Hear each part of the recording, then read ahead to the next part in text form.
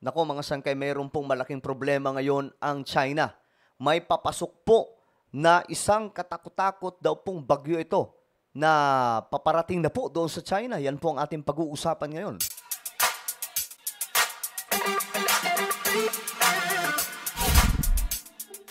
So tinagurian na po itong super typhoon, no? Bagamat wala pa po ito sa China, pero ito mga sangkay, naghahanda na po yung China ngayon. Gusto kong ipakita ito sa inyo para po maintindihan nating lahat mga sangkay na hindi lamang po Pilipinas ang nagsasuffer ngayon dahil po sa climate change. At ito, breaking news mga sangkay, mayroon pong paparating ngayon sa China at hindi po ito basta signal number 1, signal number 2 lamang, kundi ito ay tinaguriang malaking bagyo. Pag-usapan po natin yan. Bago tayo magsimula, paki-subscribe po muna yung ating YouTube channel.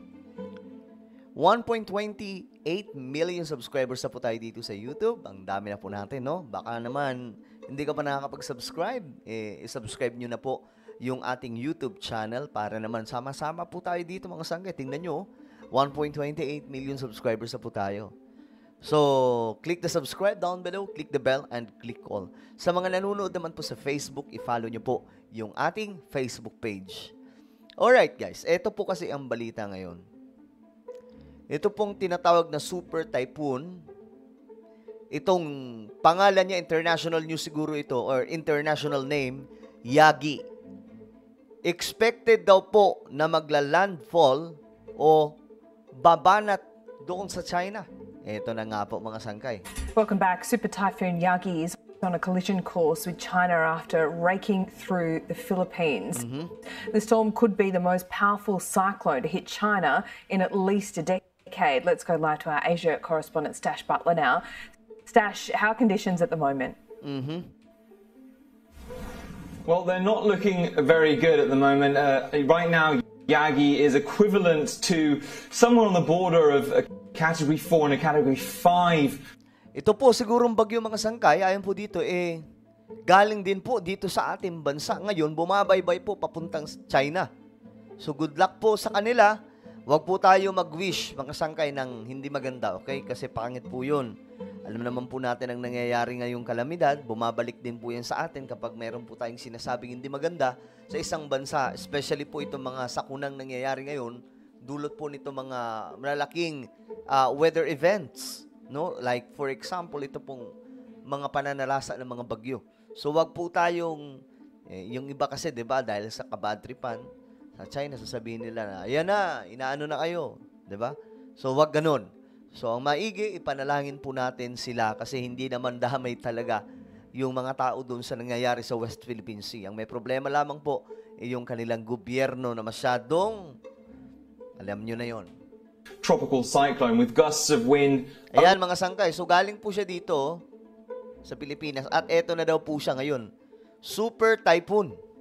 Malaki. Over 240 kilometers an hour. Now, Hong Kong and parts of southern China, including Hainan Island, are hunkering down, ready for the impact of this typhoon, which is expected to bring parts of southern China about half a meter of rain. Now, grabe.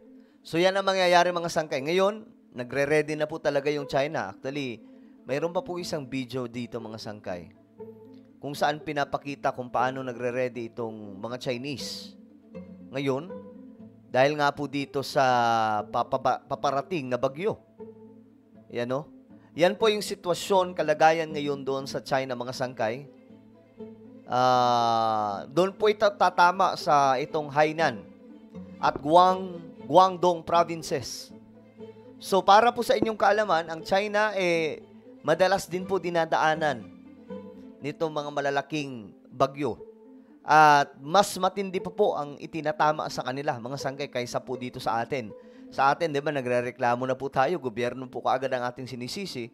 Pero mga sangkay, dito sa China, ang kanilang nababanggit kaagad kapag may ganitong klaseng sakuna ay climate change. Kasi kompleto po sila ng flood control system. Meron po sila nun. Pero, ang nangyayari mga sangkay, mas malala pa rin po ang nangyayari o nagaganap kapag dinadaanan po nitong mga malalakas na pagbaha.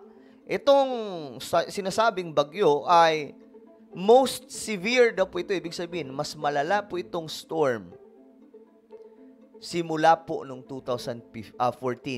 So, malaki nga po talagang bagyo.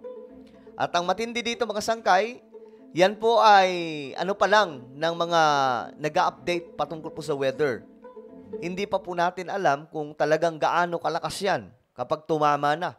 Kasi halimbawa dito sa atin, di ba? Nung tumama ito ngayon mga sangkay na bagyo, signal number 1 lang daw po yun. Pero anong nangyari? Ang lala po, di ba?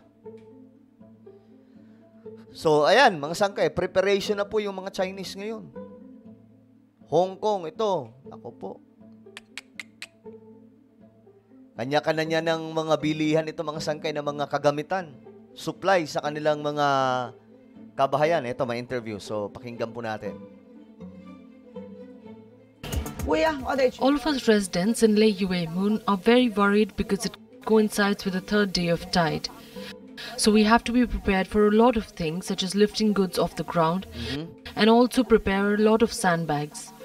From our past experience, the situation when the water rises... Ayan na, nag-ready na po sila. Kasi alam po nila mga sangkay, napapalo ng gusto ang tubig kasi ganyan pong nangyayari sa China. Wala na pong binipili talaga ngayon yung mga bagyo. Kahit pa po mayamang bansa kayo o hindi, tatamaan at tatamaan kayo dahil itong climate change, global problem po ito. Buong mundo nakakaranas po niyan. Amerika, Spain, France, Germany, China, Japan, lahat mga sangkay. Kaya dito sa Pilipinas, tigilan na po natin yung sisihan ng sisihan. Siguro ang kailangan natin gawin, ayusin natin yung culture natin, yung pang-uugali natin. Na kapag may sakuna, instead na magsisihan, magtulungan na lamang po. Kasi ito ngayon mga sangkay, itong climate change, malala po itong kaganapan ngayon sa ating mundo. Dalawang bahagi po yan, malalakas na bagyo at matitinding init ng panahon or heat wave. Is that the seawater floods the entire house for 5 hours.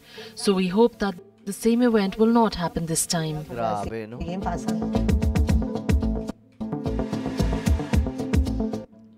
O ayan, mga sangkay, may nadali nga po sa Hong Kong, oh.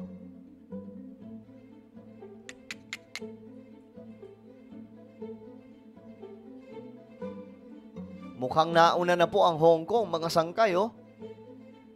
Nanalasa na po sa kanila. Kaya ngayon, pinaghahandaan na po nila. Tama nga naman yun, maghanda na. Kaysa po, yung iba kasi, di ba, saka po naghahanda kapag kung kailan andyan na po, hinaharap na po nila yung matitinding hangin, matitinding ulan, matitinding baha. Saka pa lamang nagpe-prepare. So dito mga sangkay, tingnan nyo, tinatanggal na po nila yung mga sanga ng puno ng kahoy. Para nang sa ganon, kapag tumama man mga sangkay, itong sinasabing malakas na bagyo. Diyos mo marimar. Kita nyo, pinakita pa po yung Pilipinas. Ayan o, Pilipinas po yan. So, galing din po dito sa Pilipinas yan. Tapos ngayon, papasok na po sa China. Yan po ang sitwasyon ngayon ng ating mundo. No? Hindi na po biro talaga itong mga nangyayaring mga weather events sa ating planeta. Hindi na po talaga mga sangkay, kumbaga hindi na po dapat binabaliwala ito ng world leaders. Kailangan na po ng action dito kasi hanggang 2030 lamang po ito. Pagdating ng 2030 na wala pa rin pong, na hindi po na solusyonan itong climate change, napababa ang temperatura, good luck sa ating lahat. Lahat po ay magiging delikado, magiging severe na. Ang bagyo, mas lalong magiging mas malakas at hindi na po masusolusyonan yon. Ganun din po ang init ng panahon, mas lalong magiging malala at wala na magiging solusyon nun. So tayo, mga Pilipino, isa sa magagawa natin ay magtanim po ng mga punong kahoy, alagaan po ang ating kalikasan, huwag magtatapon ng basura sa kalye. Okay?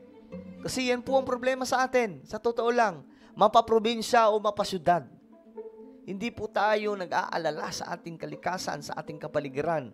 Especially sa Metro Manila, tigil-tigilan na po yung pagiging dugyot, please lang. Ito na kinakaharap na po natin yung matinding epekto ng climate change. Tapos tayo, paisi-isi lang, akala po, itong mga mga sangkay, cause po ito. Ang reason po niyan, mga sangkay, is tayo din. Tapon tayo ng basura, kung saan-saan. Diba? Well, ano po ang inyong opinion? May malaking papasok sa China? Saan na ba yun? Pinakita yung kanina mga sangkay. Ito. Ito yun. Ayan po siya, oh. Papasok na po sa China. So, ano po ang inyong opinion mga sangkay? Just comment down below. And now, I invite you, please subscribe my YouTube channel, Sangkay Janjan Daily. Hanapin nyo po ito sa YouTube. Dito po kasi ako nag-upload ng mga vlogs. Ito, may bago akong upload mga sangkay. Ito, panoorin nyo po. Ito pong wedding namin ng aking nag-iisang irog.